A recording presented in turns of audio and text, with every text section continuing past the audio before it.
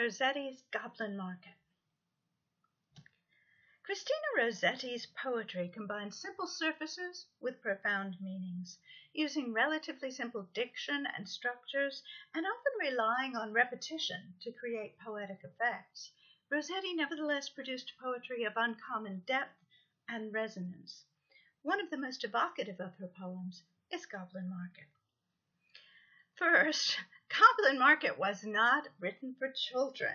I repeat, not written for children. That's important to recognize, and there are internet sites that get this wrong. It was published as the title poem in her 1862 volume, Goblin Market and Other Poems, which is clearly a volume for adult readers.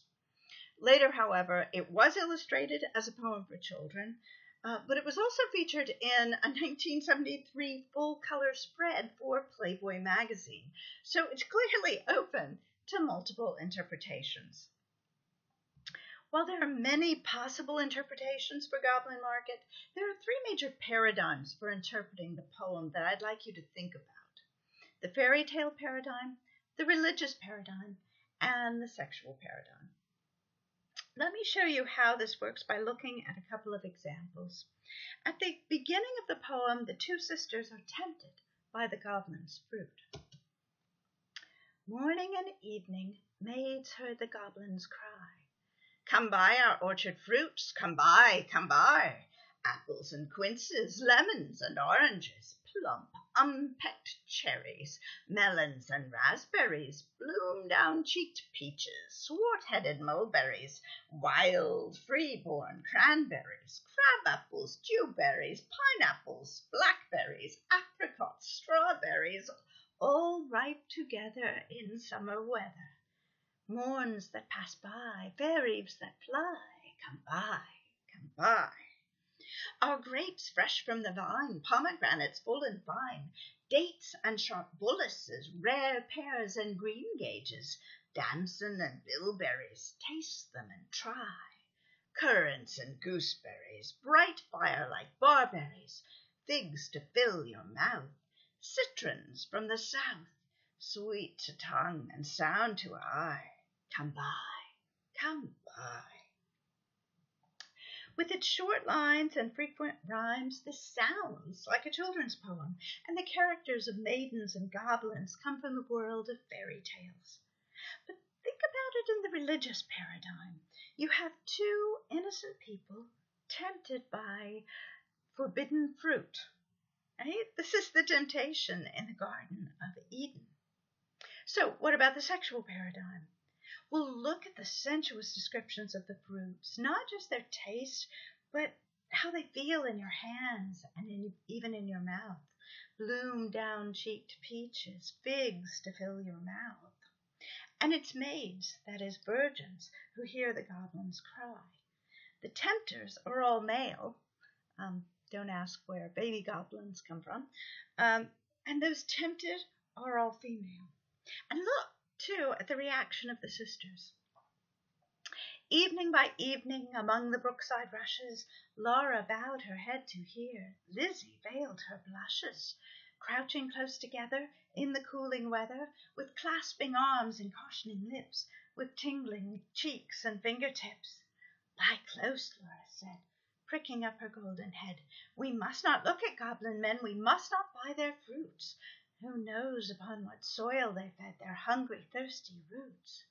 Come by, call the goblins, hobbling down the glen. Their reaction is blushing, but also tingling. It's a kind of sexual temptation here.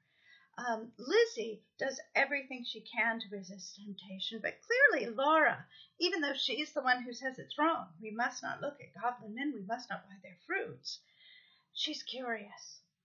Who knows upon what soil they fed their hungry, thirsty roots? And eventually, it's Laura who gives in to the temptation and eats the goblin fruit.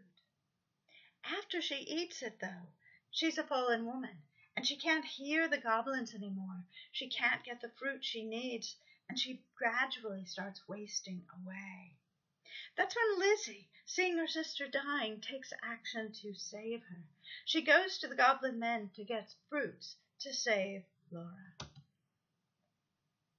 Laughed every goblin when they spied her peeping, came towards her hobbling, flying, running, leaping, puffing and blowing, chuckling, clapping, crowing, clucking and gobbling, mopping and mowing, full of airs and graces, pulling wry faces, demure grimaces, cat-like and rat-like, rattle-like and wombat-like, snail-paced in a hurry, parrot-voiced and whistler, helter-skelter, hurry-scurry, chattering like magpies, fluttering like pigeons, gliding like fishes, hugged her and kissed her, squeezed and caressed her, stretched up their dishes, panniers and plates.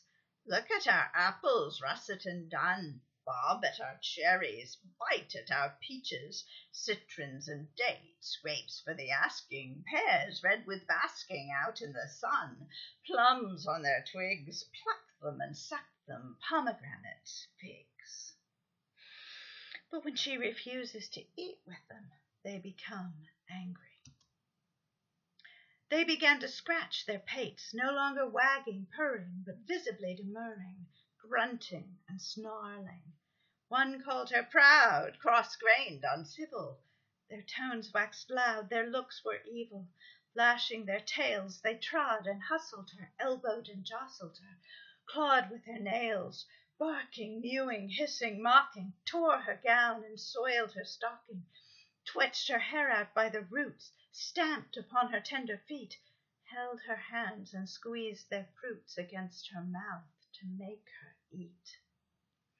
White and golden Lizzie stood, like a lily in a flood, like a rock of blue-veined stone lashed by tides obstreperously, like a beacon left alone in a hoary, roaring sea, sending up a golden fire, like a fruit-crowned orange tree, white with blossoms honey-sweet, sore beset by wasp and bee, like a royal virgin tan, topped with gilded dome and spire, close beleaguered by a fleet mad to tug her standard down. One may lead a horse to water, 20 cannot make him drink. Though the goblins cuffed and caught her, coaxed and fought her, bullied and besought her, scratched her, pinched her black as ink, kicked and knocked her, mauled and mocked her, Lizzie uttered not a word, would not open lip from lip, lest they should cram a mouthful in, but laughed in heart to feel the drip of juice that syruped all her face, and lodged in dimples of her chin, and streaked her neck, which quaked like curd. Okay, the fairy tale paradigm is obvious here, I think, with animal-like goblins attacking the heroine. Here's an image that captures that paradigm from Lawrence Houseman's 1893 children's book. From a sexual point of view, though, this is clearly an attempted rape. They tear her gown, they beat her, and they try to force the fruit into her mouth between her lips. The next image is from the Playboy issue, so it's a bit explicit. But it makes explicit what I think is implicit in the poem. From a religious perspective, though, this is clearly a kind of crucifixion, a sacrifice of the innocent to save the guilty. Some of Lizzie's torments mirror those of Christ in the New Testament, and some of the imagery associated with her innocence is also associated with Christ, particularly the lily. And she succeeds in saving the sinful Laura in a scene that is simultaneously sexual and religious, reminding us of communion or Eucharist. This is remarkable. Christina Rossetti gives us a female savior, a female Christ figure, sacrificing herself to save her sister. What I find most remarkable about the poem, though, is the ending. For Victorians, once a woman had fallen sexually, she was forever tainted, never fully accepted back into respectable society. But Christina Rossetti denies this. Christianity promises full forgiveness for sin, and she illustrates this or having Laura recover completely after her redemption by her sister's sacrifice. After a long night of suffering, Laura awakens. But when the first birds chirped about their eaves, and early reapers plodded to the place of golden sheaves, and dew-wet grass bowed in the morning wind so brisk to pass, and new buds with the new day opened of cup-like lilies on the stream, Laura awoke as from a dream, laughed in the innocent old way, hugged Lizzie, but not twice or thrice. Her gleaming locks showed not one thread of gray, her breath was sweet as May, and light danced in her eyes. And both Lizzie and Laura go on to live happy, fulfilled lives, sustained by their love for each other.